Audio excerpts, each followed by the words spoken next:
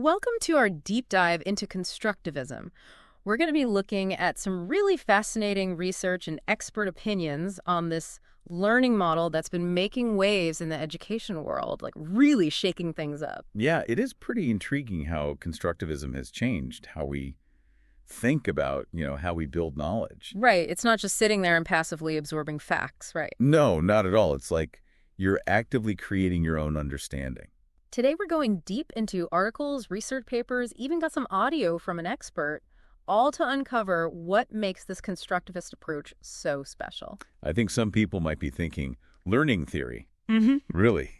For my podcast time? But hang on, this isn't going to be some boring lecture or anything like that. Yeah, no. We're going to uncover how you, yes, you, actually build knowledge, and in a way that's way more interesting than just memorizing facts. That's true. Get ready for some aha moments, because this is going to change how you think about learning. Yeah, it really is. Both for yourself and for anyone you might be, helping learn too. Absolutely. Okay, let's unpack this. Yeah. What even is constructivism? It's not just one simple idea, is it? It's not. No, you're right. It's more like a family. Yeah, you got it. It's like a whole family of theories all about how people learn. But the core idea is really this.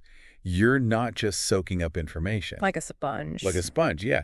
Instead, you're actively building your own understanding. You're constructing it. Yeah, based on what you already know and the experiences you've had.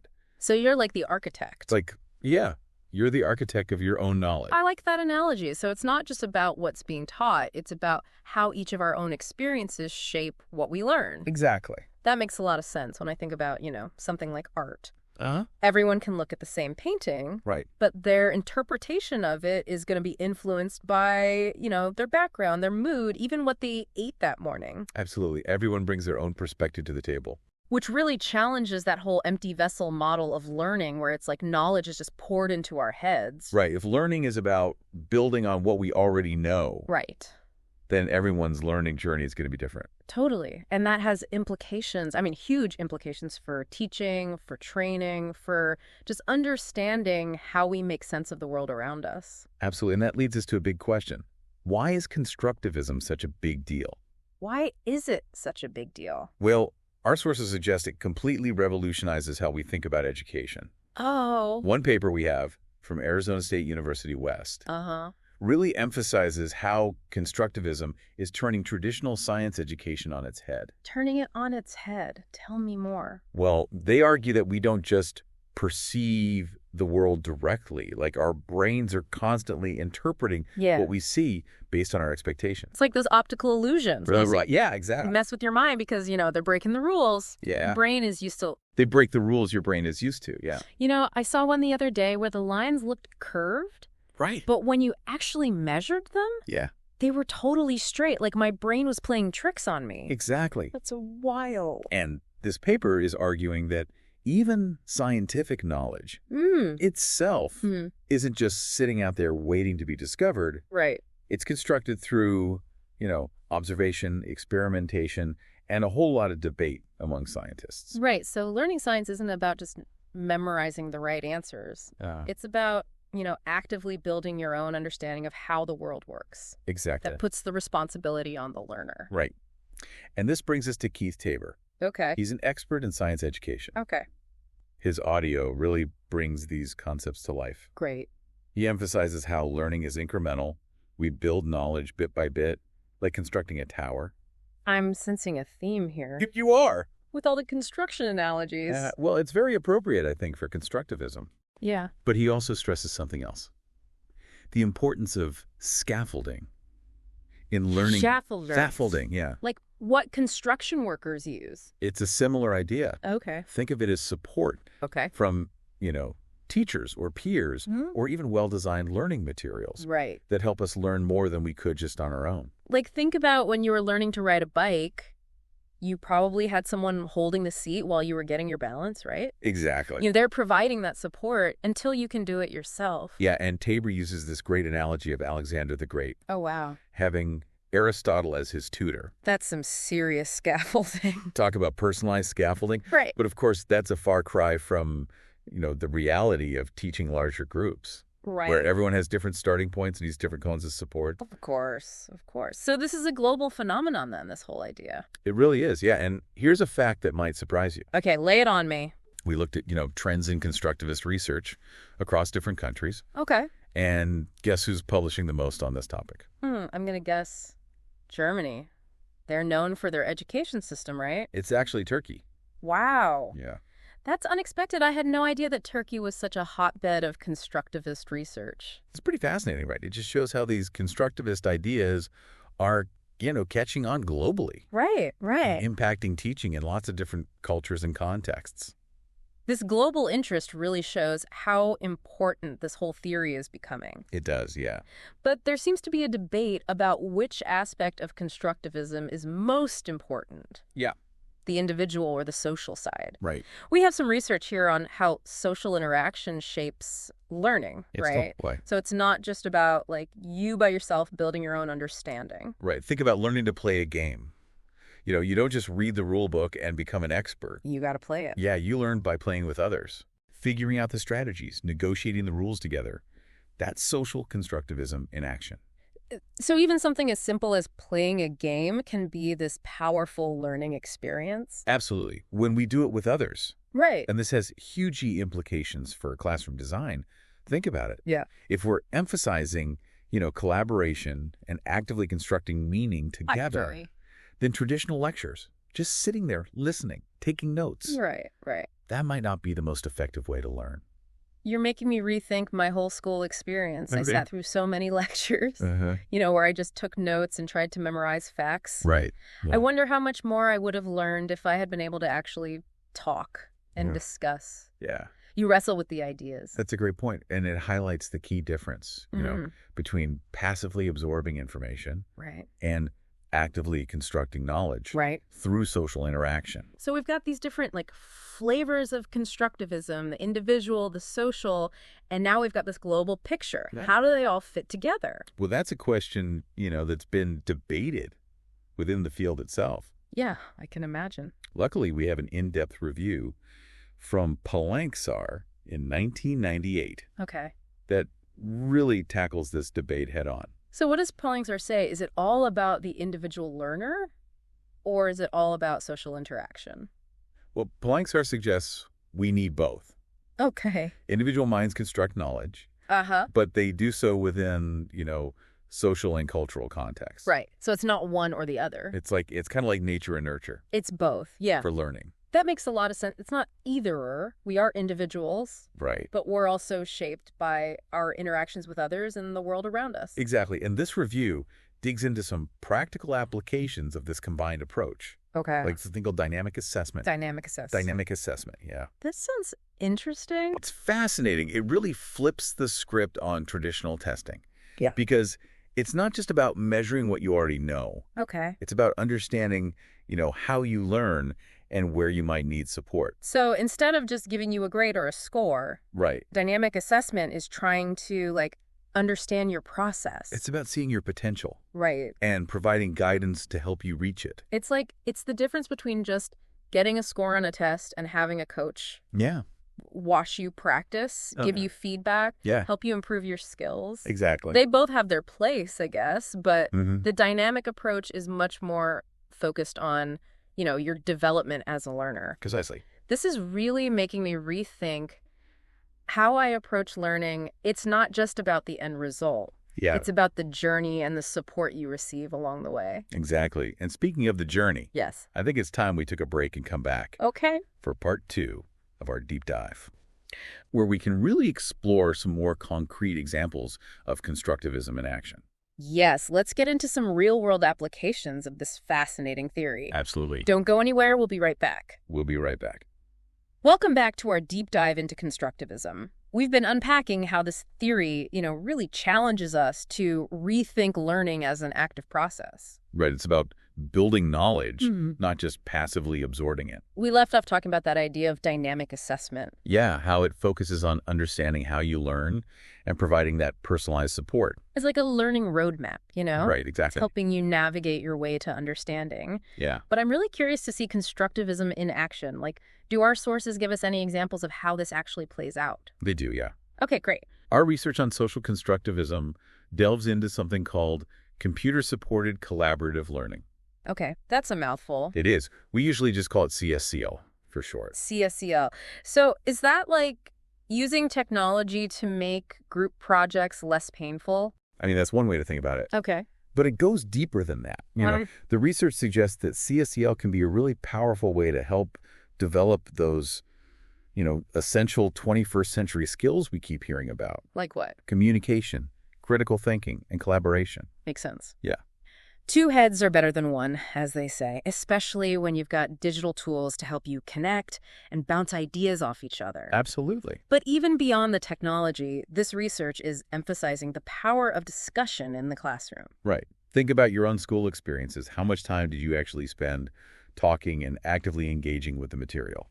Honestly, not that much. Yeah. I remember sitting through so many lectures where the teacher did all the talking and I just, scribbled down notes. Right. But did I actually learn anything? Yeah.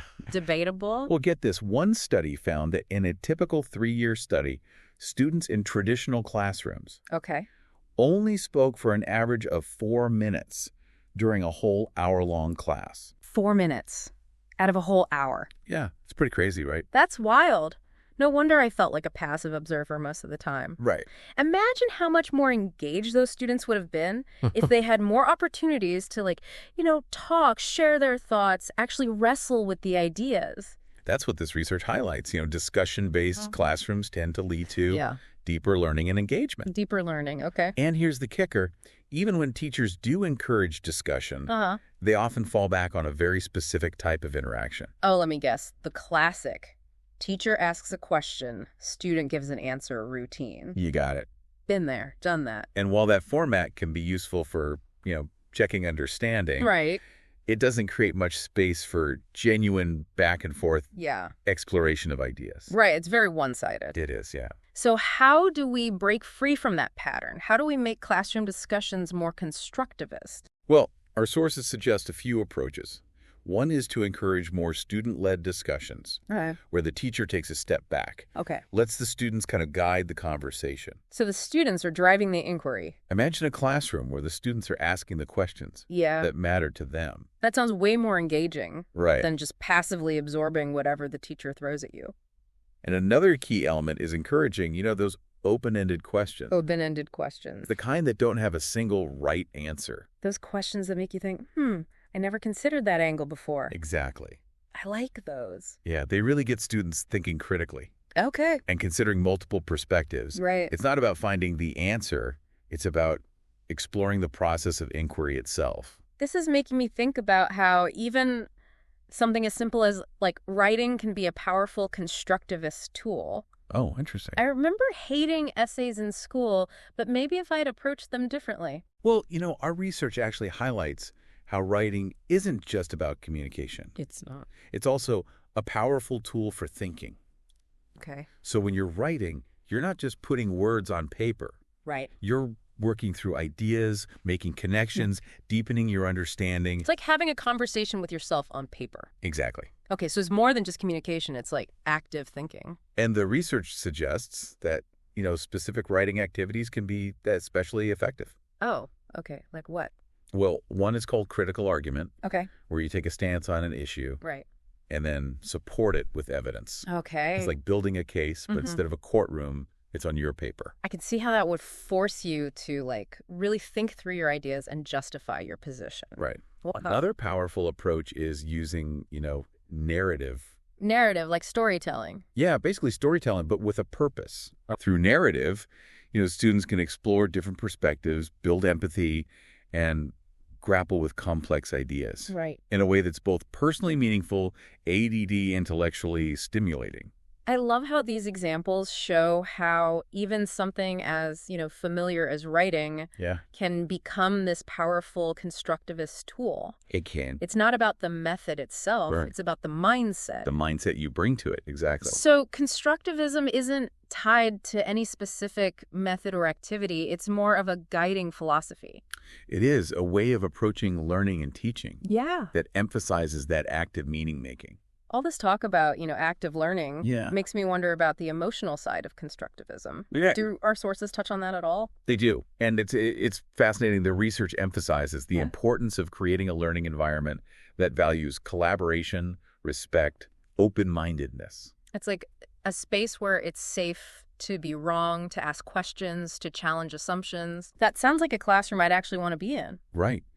And this kind of environment allows, those essential social and emotional skills to flourish. Right. Skills that are crucial for, success in all aspects of life. Not just academics. Not just academics, exactly. It's about nurturing the whole person, not just filling their head with facts. Right.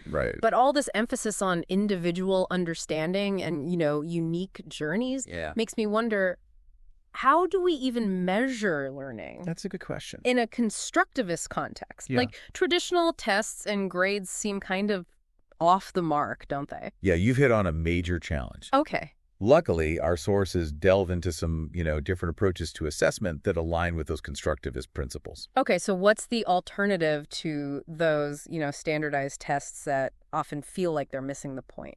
Well, one approach is called authentic assessment, where students demonstrate their learning through real-world tasks and projects. Mm-hmm. It's about applying knowledge in meaningful ways, not just regurgitating facts on a multiple-choice exam. So instead of just memorizing the parts of a cell, you might design an experiment to test a hypothesis about cell function. Exactly. That's a great example. That sounds way more engaging. Right. What else? Another approach highlighted in our sources is, portfolio assessment. Okay. Where students collect and reflect on their work over time. Okay. Showcasing their growth and development. So it's not just about the final product. Right. It's about the process of learning and how they got there. It's like a learning journal. Yeah. That tracks their progress and highlights their unique strengths and challenges. That's a great way to put it. Yeah. And I think this leads us perfectly into our final segment. Okay. Where we'll explore some of the challenges. Right. And critiques of constructivism.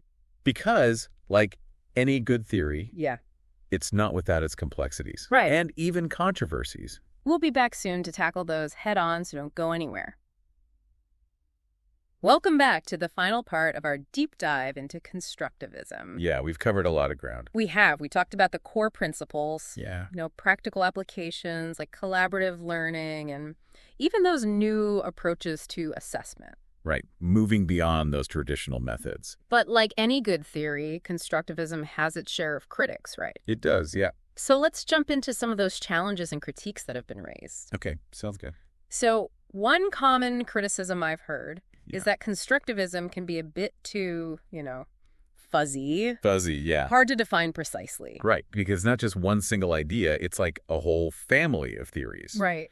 So it could be tricky to pin down exactly what teaching or learning in a constructivist way actually means in practice. So you're saying it's more about the approach, the mindset? Yeah, the overall approach and mindset rather than a strict set of rules. Yeah, that makes sense. But I've also heard folks say that, constructivism can be a bit too focused on the individual learner. Yeah, that's another valid critique. And this individualistic focus might not be the best fit for every culture. Right, exactly. Especially in cultures that, really prioritize collective learning and shared knowledge. It's important to be mindful of those different cultural contexts when we're applying these ideas. Absolutely. Here's a critique I've heard before, and maybe it's just my inner control freak talking, but doesn't constructivism sometimes feel a bit too hands-off? Hands-off. When it comes to teaching. I see your point, yeah. Some critics do argue that it can lead to a lack of structure and guidance, and that can leave students feeling lost, unsure of what they're supposed to be learning. Right, like we want to encourage exploration and discovery, but we also need to provide enough support to make sure students are actually learning and not just wandering aimlessly. Exactly. It's a delicate balancing act. It is. Finding that sweet spot between freedom and guidance. Yeah. Okay, so these critiques raise some important points. Yeah. But at the end of the day, I still think, constructivism offers a really powerful and valuable framework for understanding how we learn. I agree. It challenges us to move beyond that passive learning and really embrace the active construction of knowledge. So as we wrap up this deep dive, what does this all mean for you, the listener? Well, as you go about your day, pay attention to how you're actively constructing meaning in your own life. How do you make sense of new information? How do you connect those new experiences to what you already know? And maybe even more importantly, how can you create environments that support others in doing the same? Whether you're a teacher, a parent, a mentor, or just someone who's passionate about learning, constructivism provides a powerful lens It does. for understanding and fostering growth. It really does. We've only just scratched the surface of this topic today, but we hope this deep dive has sparked your curiosity and given you some new insights into how learning really works. I hope so too. And with that, we'll leave you with a final thought to ponder. If learning is an active process of construction, then what are the building blocks of your understanding? What are those materials, tools, and experiences that you draw on to make sense of the world? Keep those questions in mind as you continue on your own learning journey. And thanks for joining us. Thanks for joining us on this deep dive.